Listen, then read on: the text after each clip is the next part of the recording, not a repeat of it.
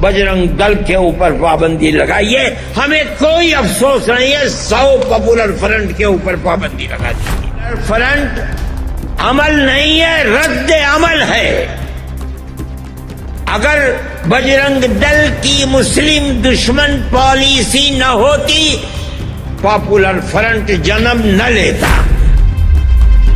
مسلمان کو محسوس تو ہوگا کہ کانگریس کو اپنی غلطی کا احساس ہے، ہم کانگریس کی جڑوں کو مضبوط کریں گے کہ ہندوستان کی دھرتی کو اللہ نے قبولیت عطا فرمائی، سب سے پہلا نبی اسی دھرتی کے اوپر اللہ نے اتارا ہے، جس کو تم منو کہتے ہو، اس کی اولاد کو منوش کہتے ہو، ہم اس کو آدم کہتے ہیں، آدم کی اولاد کو آدمی کہتے ہیں۔ سوال ہے کہ وہ ایک آدمی کس کی عبادت کرتا تھا؟ علماء برابر اپنا کردار ادا کرتی رہی ہے، مسلمانوں کے مسائل ہو کہ ہندوؤں کے مسائل ہو، ہم نے کبھی مذہب کی بنیاد کے اوپر کوئی معاملہ نہیں کیا۔ ہم ہر ہندوستانی کی جمعیت علماء ہر محاذ پر مدد کرنے کے لیے ہر وقت تیار رہی ہے اور مدد کرتی رہی ہے، یہاں تک کہ کانگریس کا دور اقتدار ختم ہو گیا۔ ہم کہتے تھے کہ جو لوگ گاندھی کیپ پہن کر اور گاڑھا کھدر اپنے جسم پر لگا کر اپنے آپ کو کانگریسی کہتے ہیں، یہ کانگریسی نہیں ہے، ان کے دل فرقہ پرستی میں سیاہ ہے۔ ہماری اس بات کو قبول ہی نہیں کرتا تھا، لیکن جیسے کانگریس کی اقتدار کی فائل بند ہوئی، ایک ایک کر کے کانگریس چھوڑ کر بی جے پی کے اندر داخل ہو گئے۔ جن لوگوں کو انگلی پکڑ کر سیاسی پلیٹ فارم پر چلانا کانگریس نے سکھایا، جن کو دودھ پلا کر کانگریس نے سیاسی شخصیت بنایا، وہ سب کے سب بے غیرت لوگ اسی دن جس دن اقتدار نے کروٹ لی، کانگریس چھوڑ کر کے بی جے پی کے اندر جا کر کھڑے ہو گئے۔ ایسا لگتا تھا کہ نہرو فیملی کے سوا نظریاتی اعتبار سے ملک میں کوئی کانگریسی نہیں ہے۔ یہ اسی لچکدار پالیسی کا نتیجہ ہے۔ اگر وہ پالیسی لچکدار نہ ہوتی فرقہ پرستی کے ناک میں نکیل ڈالنے کے لیے، تو کانگریس کو یہ دن نہ بھگتنا پڑتا، لیکن ایسا ہی ہوا۔ میرے بھائی، میں مختصر بات کہتا ہوں، وقت کم رہ گیا ہے، یہاں تک کہ کانگریس باہر ہو گئی اور کرناٹک کا الیکشن آیا۔ کرناٹک کا پورا الیکشن مسلم نفرت کے اوپر مبنی ہے۔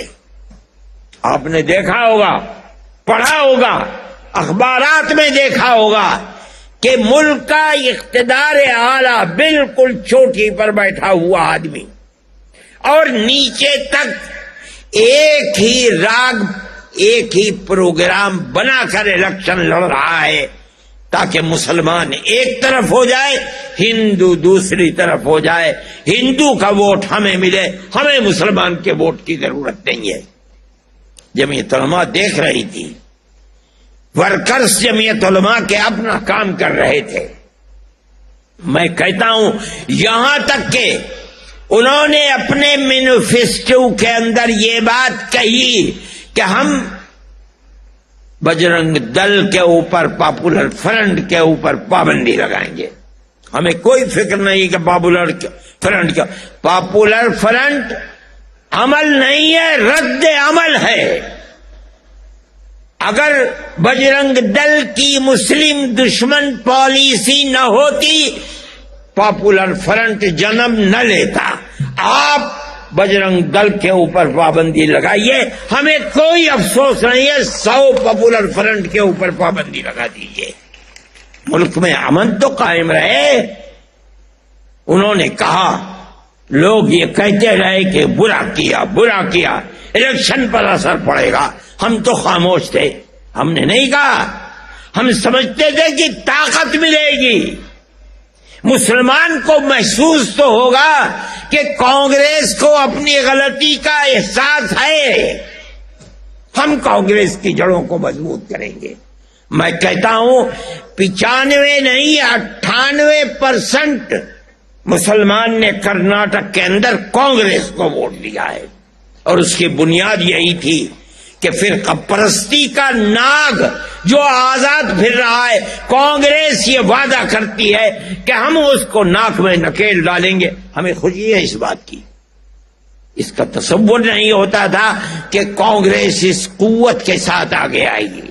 ہم اس چیز کو مانتے ہیں کہ ہندوستان میں کہیں بھی الیکشن ہو، جو بربادی ہندوستان کے اندر آ رہی ہے اس بربادی کا تنہا سبب فرقہ پرست ذہنیت ہے.